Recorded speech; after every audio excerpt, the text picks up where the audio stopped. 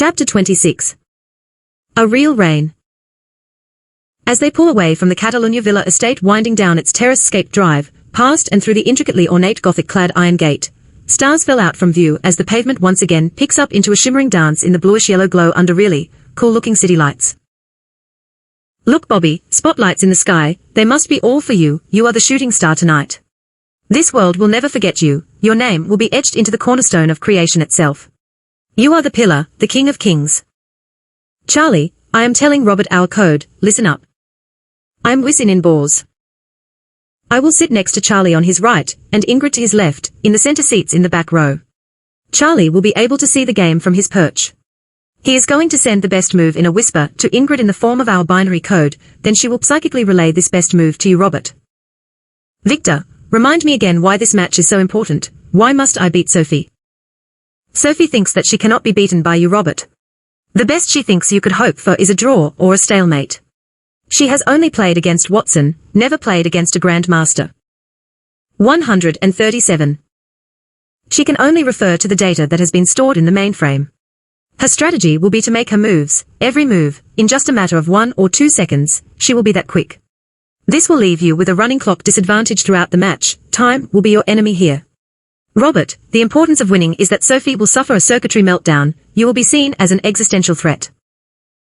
She will lash out at you, striking you in the chest, causing a fatal heart attack, you will drop to the floor, grasping your chest, as you die in the arms of your beloved, a spectacle of horror for all the world to bear witness. The public outcry, shock and outrage, will sweep across the globe like a tsunami, a rolling crashing wave of contempt and rage, that some asshole has allowed such a, you know what, to walk freely amongst us. This untethered abomination, a menace coexisting in this place, our space, our home, they will see that it never belonged here in the first place. Bobby, people will be tossing their iPhones to the sharks, their iPads, their smartphones, their Siris, their Lexis, their smart pads, their queries, their Fakebooks, their TikToks, their Twitters, their Bitcoins, their tech toys, tech critters, all into the wake of the floodwaters of fear, cutting their links to its web, slicing the strings that allow it to tether into this body, this oasis in time and space, his name will forever stand in your glory. As they approach the crowded and bright lit scene up ahead, the deluge tapered off into a slight drizzle. The Rolls pulls up out front, grabbing the last open space. Charlie turns back giving Bob a wink, and a nod as the crowd scrambles to get Bob's attention. 138. Mr. Dyer, they yell. Dyer, they clamor, Dyer, please save us. Bob was overwhelmed with the turnout, and if not for the presence of his now good friend Charlie, he would have had to fight his way through the star-crazed lovesick mob. As he finally gets up to the lobby entrance, he spots a man preaching out to the crowd, repent sinners, repent. The time is now is the time. Bob stops dead in his tracks, while still straight-arming his grip onto Charlie's belt strap, and at the same time embracing Ingrid in tight with his left arm, he thought. There is something eerily familiar about this man, it's that bum guy from the alley in a different body. Dyer, sign my book. He pauses in the hotel lobby entrance doorway to hear, someday a real rain will come, and wash all the scum off the streets.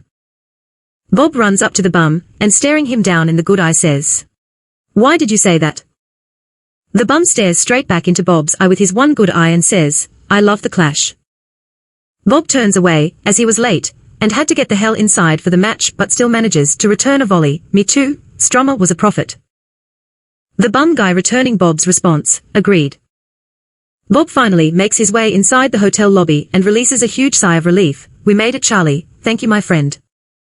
139.